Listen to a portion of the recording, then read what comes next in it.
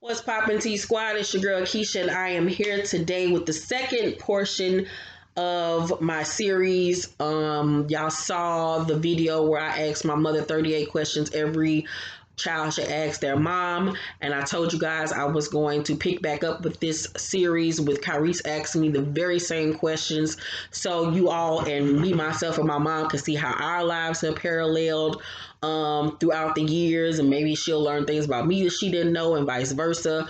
The video with my mom was very informative, very emotional. It was stuff that I didn't even know about her that I learned in the video, and you all learned.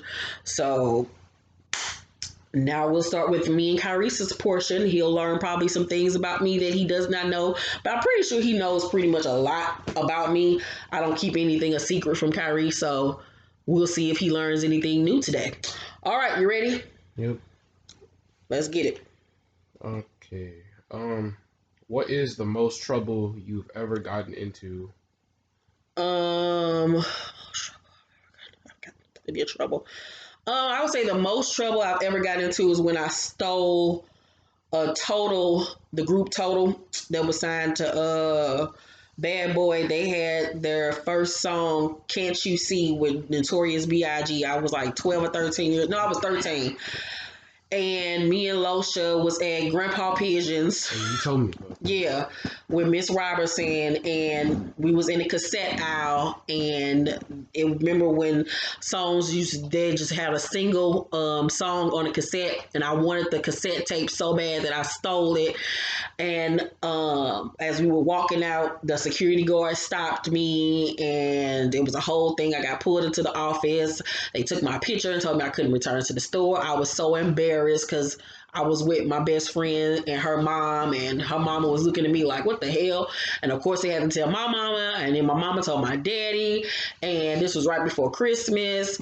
So I got cussed out. I got a whooping, even though I don't know why my mama still decided to whoop me, and I was like 13. I got everything taken away for Christmas. I didn't get anything on Christmas. I was on a punishment for over a month, and I was even more sad because that was the Christmas that I had wanted my Nautica coat and my Eastland boots and a Mickey Mouse watch, and my mom and my daddy had got me all of that stuff, and I couldn't even get it because I had gotten in trouble. So that was the most trouble I've ever been into. After that, my stealing sprees was over. Hold on, let me blow my nose.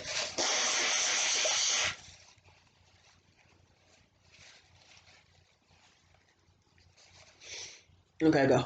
What's one of your earliest memories?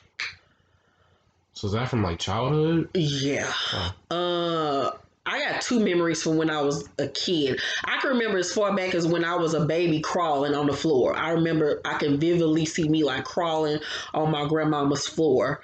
And then I have memories of me being a little girl. I had to been like no more than like 4 years old. And my mama would make me come into the living room at Pat's house, and the whole family would be sitting there, and Michael Jackson's Thriller would come on, and they would sit me in front of the TV, and they knew I was scared of it, and they'd show it to me, and I'd hoop and holler and scream, and they'd just sit there and laugh because they thought it was so funny, and I'd be hooping, hollering, screaming, and run out the room. So I remember that. That's like my earliest memories. What was your relationship with your own parents like? Um, when I was little, I adored Miss Pat. Like, she was just so pretty to me. Every time we went somewhere, people always say how pretty she was and how stylish she was, because she always kept herself looking nice. Her hair was always done. Her clothes was always on point. And like, everybody thought Miss Pat was just so pretty and beautiful, and everybody just loved when she came around the neighborhood. And she always had a nice house. She always kept us looking nice. And then as far as daddy was concerned, he was just like my hero growing up. He was just so strong and confident. He always had money. He always had cars and stuff. But then as I got older, it became a thing of me feeling resentment towards them because I didn't feel like either one of them really put in enough effort to really, how do I say this? neither one of them really put in the effort to raise us like that. I felt like mama and daddy just both thought because we put food in y'all mouth, clothes on y'all back, we give y'all advice, y'all be all right. But like how I talk to you and tell you stuff about my past and give you examples and really talk to you and give you warnings about things and just spend time with you one on one, they didn't really do that with me and Keon. um I spent a lot of my time growing up by myself. Daddy was working, mama was working, and it was just like we was left to fend for ourselves pretty much. So I would start to resent them because I wanted them to parent me more and they weren't around to parent me. So that gave me a lot of time to just rip and run the streets and be bad and shit and do shit that I ain't had no business doing. But it was because I was lacking that parental guidance that I really wanted, and that started to make me resent them growing up. What's something you always wanted to do but didn't, and why didn't you do it? Two things. Get my GED. I still have never gotten my GED. It's gotten to the point now I'm just too lazy to do it. But I know I should do it, but it's just like, ugh, I'm so fucking old now. And then travel outside of the country. I've yet to do it. I still want to do it. My goal is to do it this coming year. So prayerfully, I'm gonna make that happen because I really want to go out of the country. Where? It don't matter. I just want to get out the country. I've pretty much gone everywhere in the United States there is to go. Now it's time for me to go international. Was there something your parents did when you were a kid that you swore you'd never do yourself? Yeah, not be a hands-on parent, and that's what I've done with you. I try to be as hands-on as possible and to spend as much time with you, talking to you and nurturing you and having fun with you, having mother and son time. Like I didn't like us doing stuff like we do. I didn't do that with Miss Pat or Daddy. Like do one-on-one stuff, going out to the movies, having little sleepovers and watching movies together. We didn't play in games. We didn't do stuff like that growing up. And that's one of the things where I was like, I want to make sure that I spend a lot of time with my kid. And so thankfully, I've been blessed to have a career where I could spend a lot of time with you and not have to work all the time and be around you. And I think that's why we're so close. How many serious relationships were you in before you settled down, if you did, and what were they like? Well, I haven't settled down with anyone. Yeah. Um, I've had 3 serious relationships. The best one was my first one when I was 16. But majority, well, out of the 3 relationships that I've had, they weren't all healthy relationships. Especially the last 2 were very toxic. Um, and that's because I grew up not knowing a lot about relationships. I learned a lot about relationships via friends or stuff I saw on movies or television, and it was all the wrong stuff. I never had anybody to show me or to tell me what a real healthy relationship was supposed to look like. So I had to learn it the hard way. So, but I don't regret it because I now understand what it's like to be in a good relationship and to know what a good relationship looks like. So that's why I'm by myself. Because I refuse to settle for anything less than what I deserve. But I don't regret those relationships because it made me the woman of who I am today. And it made me be a better mother because you saw, especially in the last relationship, it wasn't a good relationship. And I think that it has shown you what to not do in a relationship. Am I correct? Yeah. What to not be like and how to treat a woman and vice versa. So I hate that you had to see those things, but I think it made both of us better because it made our relationship stronger. Am I correct on saying that? Yeah. You got anything you want to say about this? Not really. I No. mean, yeah. Um, what was your hardest breakup like? Mm,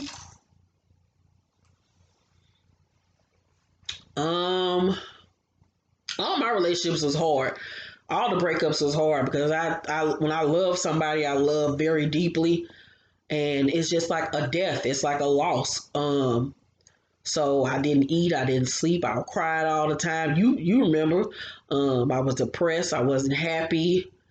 It showed in my work. It showed on it affected every aspect of my life. And that was because I was in a low point with myself. I had low self-esteem. I didn't value myself enough, so I put so much into other people so that when they left, I didn't have anything else for myself. And that's the worst thing that you could do as a woman or as a man. You got to love yourself enough that when things don't work out, you still are whole within yourself. So all my relationships breakups were bad. Um, Growing up, what did you think you wanted to do for a living? Ooh, I wanted to do a lot of stuff. I wanted to be a singer. I wanted to be a fashion designer. I wanted to be the teacher. I wanted to be a pediatrician. I wanted to be an author, which I did become. Um, yeah, I wanted to do all of those things growing up. I wanted to be a lawyer at one point. Oh yeah, it was a lot of stuff. An actress. I was all over the place. Um, how have your notions of what it means to be a woman changed over your lifetime? It changed a lot because growing up, I really didn't know what it meant to be a woman. Like on me and Miss Pat video, I explained that the only thing she really taught me about being a woman is to be self sufficient and not let nobody hit on you and to keep a job and a clean house. That was pretty much it. But it's more than that when it comes to being a woman. Being a woman means being God fearing, being strong, being um, loving yourself fully and wholly. Pouring into yourself, valuing yourself, having morals, not following behind what your friends do, or trying to just be in a relationship to say you got somebody. Being a woman to me means taking care of myself first, because if I'm not good, I can't be a good mother, I can't be a good daughter or a friend. Being a good woman means loving myself, being comfortable being by myself, not feeling like I need a man to make me feel happy and whole. Means taking care of my household, means working hard. Um, Being a woman means being vulnerable to knowing that when I need help, it's okay to ask for a helping hand. It's a lot about being a woman, more than what I thought growing up. Um, what's the best trip that you've ever taken? Best trip I've ever taken.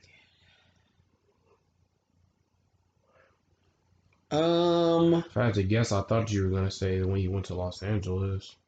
No, because that was work stuff. Um, the first time I went to New York, that was an eye opener experience because it was a culture shock to me. And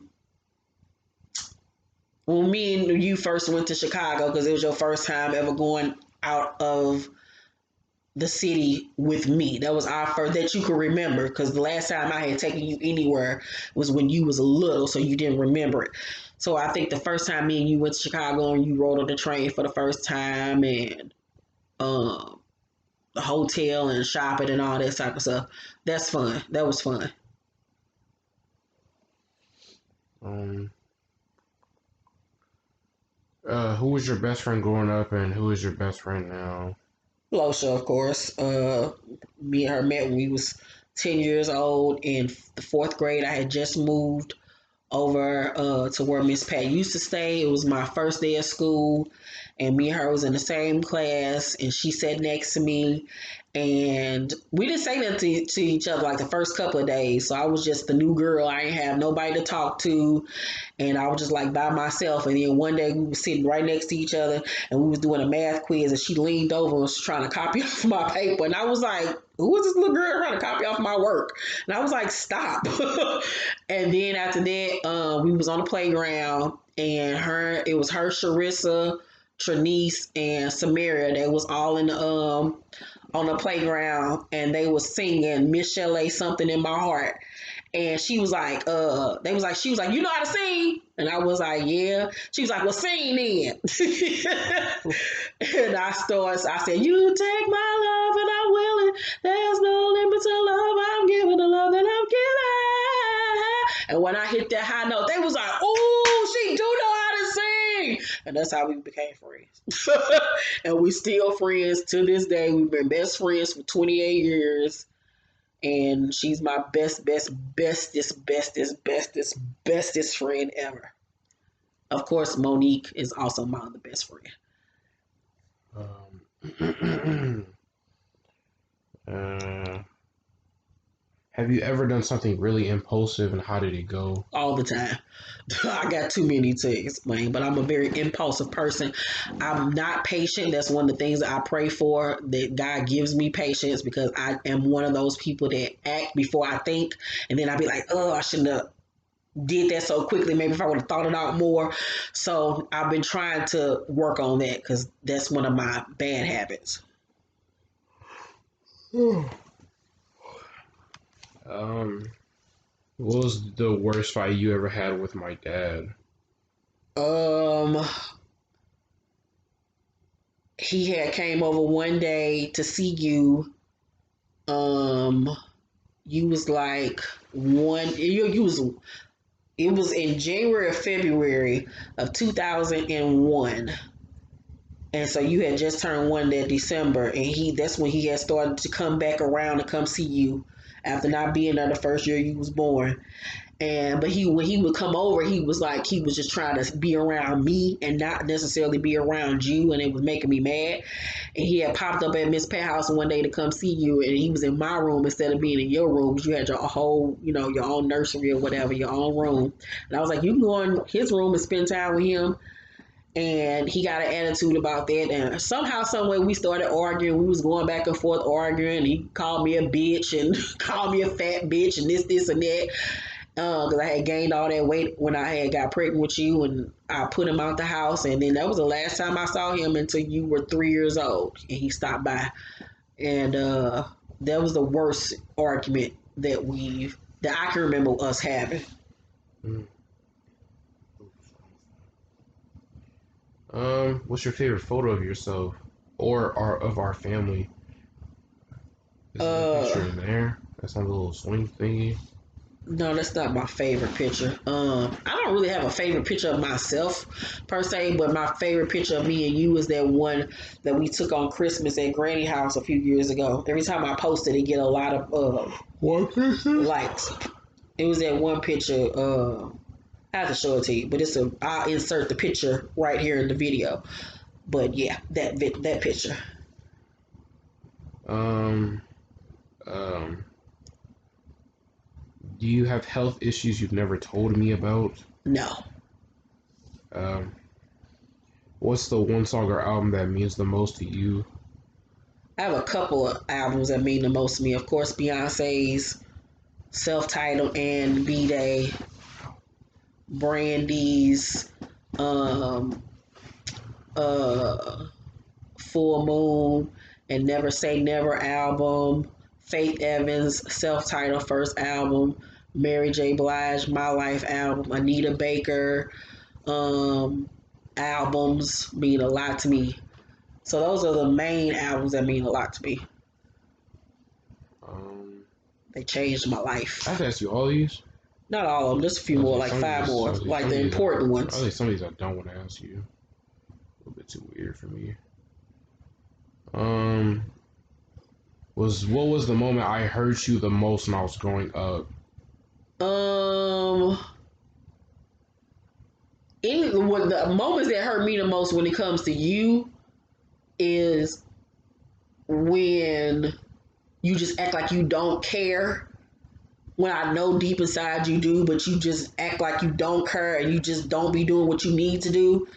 And after I've yelled at you and said and talked to you and you still ain't did what I need you to do, and then that's when I blow the fuck up. Like that day I put you out, like stuff like that, because you know how hard I work and you know how much I try to be a good mom to you. And so when you just blatantly disrespect me in that type of way by acting like you don't care, that's what hurts me the most. When you don't really give your all and when you don't try, because I know you got it in you to be better than what you do sometimes. But other than that, you don't give me no problems. But when you do, that really bothers me. Because you know when you've hurt me, because I start to cry and I barely cry when it come to you. Yeah. Oops. Um, who are your role models? And who did you look up to when you were younger? And who do you look up to now? My role models when I was little was Miss Pat and my grandmama, because they both were crafty. They both knew how to do their own hair and makeup and put an outfit together and furnish their homes and cook. You gotta show me some pictures of Miss Pat when she was young. I've never seen any. I only got a few. It's in the other room though, but they were my role models growing up. Those are the women that I wanted to be like the most when I was little. Who are my role models now? I don't really say I got a role model, but there's just women or men that I admire and that I would love to work with and do stuff with.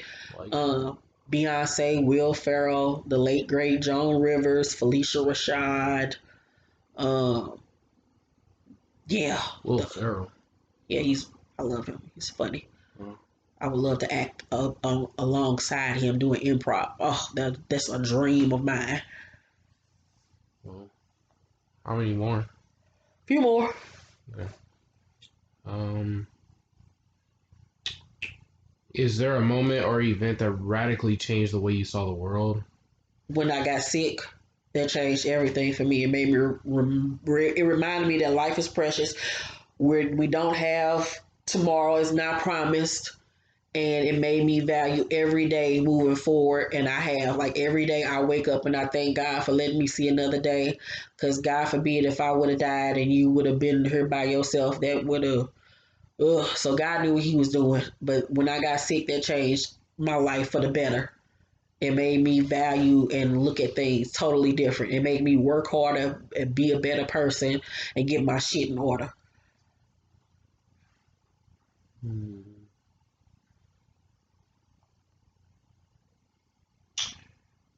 What do I need to know about our family's medical history that could affect my health or life? High blood pressure, cancers in our history. You have I don't know anybody that had cancer. your my grandmama died of cancer. Didn't Granny Polly husband die of that? I can't remember what granddaddy died from. We all a lot of us suffer from anxiety in the family. I suffer from it. Granny, Aunt Denise, Tavia. A lot of us suffer from anxiety. So alcoholism, On what side? daddy's died. I only ever see Pawpaw and Uncle Bruce drunk. Uncle Sam, Well, him too. AG. AG just don't drink like she used to, but she used to drink just as hard as they do. Uh, what was the first year of motherhood like? My first year of motherhood with you, it was hard in the beginning because Miss Pat made me do everything by myself as she should, because you was my responsibility. But it was an adjustment not being able to get up and go like I used to, being able to hang out with my friends, adjusting to not sleeping, adjusting to, having somebody else to take care of. Uh, but once I got the hang of everything, it went more smoothly. Um, I don't remember. It's like it just went by so fast. That was another reason I wanted to have another baby because I don't feel like I really cherished it as much with you. That first couple of years when you was little, I took it kind of for granted, especially because I just thought I'll always be able to have another kid. And now that I can't have any more kids, I regret not really truly like cherish it and like making sure I bask in those moments with you. But especially because you was in and out of the hospital, you had them surgeries and stuff. So it was always me like worrying about you when you was first born, making sure that your health was okay. But like you defied the odds. I remember they didn't think that you was gonna walk for real. You walked at 9 months, which is a rarity for any kid. You was crawling at like 5 or 6 months. Like you excelled, but it was like I just wish I would have cherished it more. But I was young and I didn't know no better. But it was hard in the beginning, but once we got over those hurdles and humps with your feet and your legs and stuff, it got better. It got smoother. But considering that your dad wasn't around, I think I did a pretty good job holding everything down and raising you the best that I could by myself at the age of 18. Uh, That would have sucked if I couldn't walk. Yeah, it would have. Um, what would be your perfect day? My perfect day would be me eating all the foods that I love, getting my cupcakes from Sweet Divine, watching a really dope movie, reading a really good book, and that's it. Listen to some really good music. That's my where I'm at right now. That's fun to me. What advice would you give to your 20-year-old self? And then, yeah, I would the advice I would give my 20-year-old self is to love myself wholly and to not be so concerned with getting married and having a man. Like, cause that's the least thing I needed to be worried about. is that what you're worried about? Yeah, I just wanted to be married so bad, and that was the wrong priorities to be having at the age of 20. It was that one question on there. What was it like the day you was born? I didn't see that.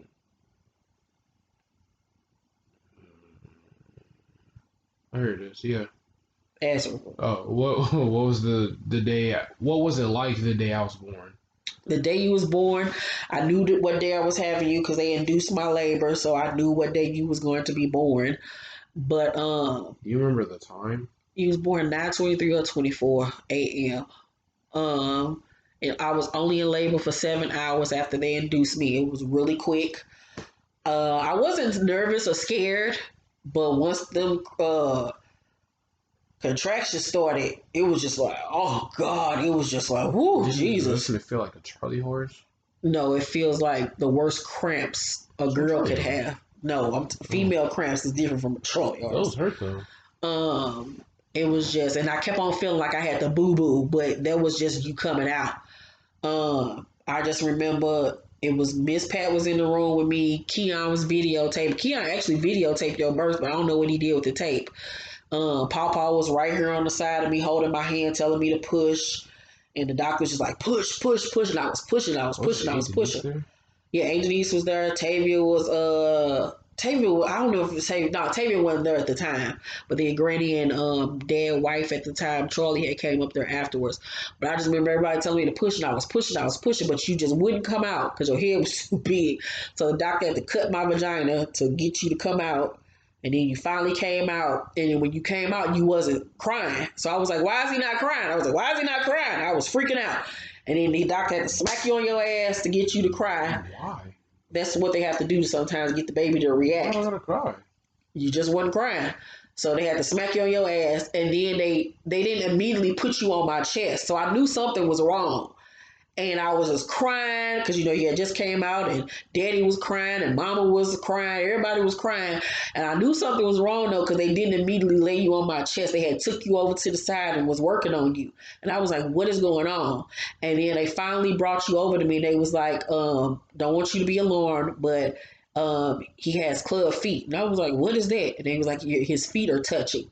And so they had you wrapped up, swaddled up, or whatever. And I looked down, and your feet was literally touching like this, and I was like, "What the hell is going on?" Because like it looked weird, like literally. Could you imagine? Like, So isn't it basically my feet were broken, right? yeah, they weren't straight like they supposed to be. Your feet was in like this.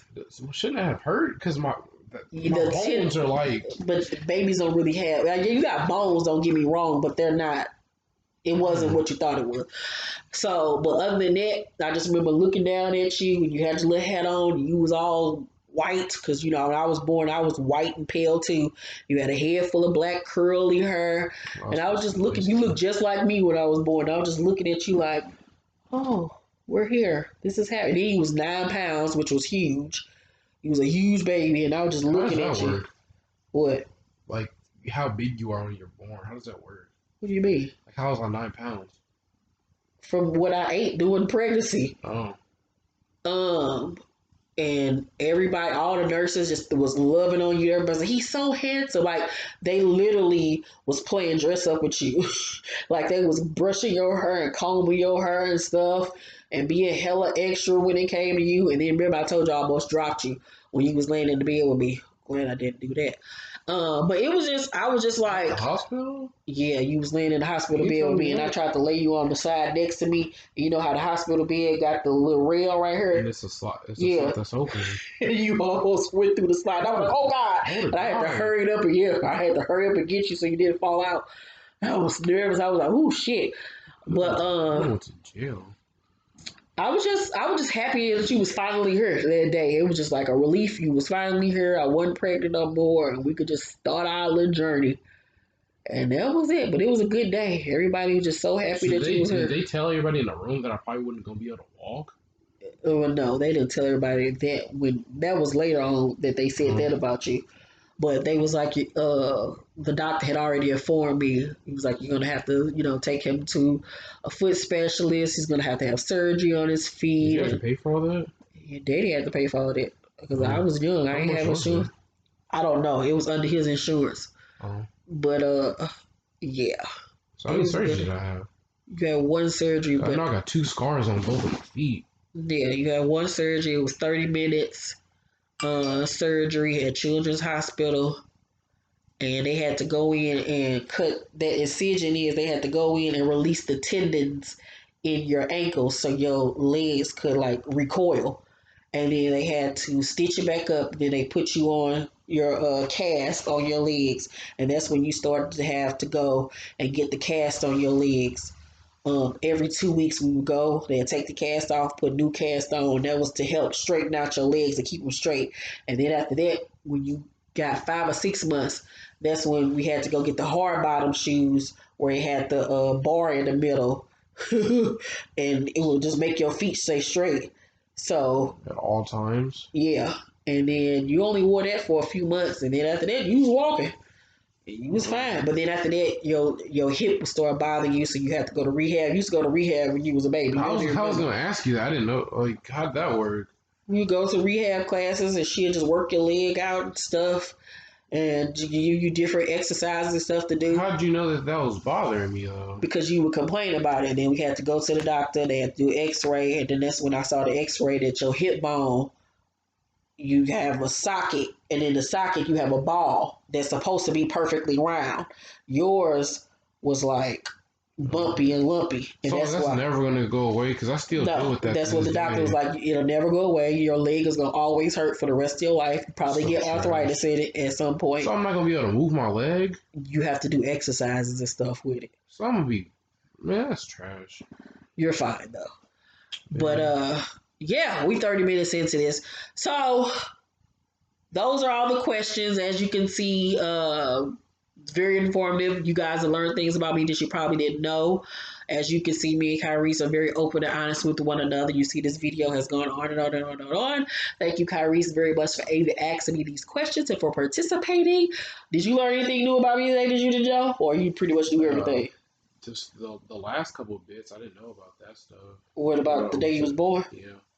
Other than that, I knew everything else pretty much. Yeah. So make sure you do this with your family, with your parents, and with your kid. The third part of this series will be up with me asking Kyrese questions about what it's been like being my child and things about him that maybe I don't even know, and things that you all can learn about him since he's not really on my channel. Thank you guys for watching this video. Make sure to thumbs up this video, like and subscribe, hit that notification bell button. I will see you guys on the next video. Bye.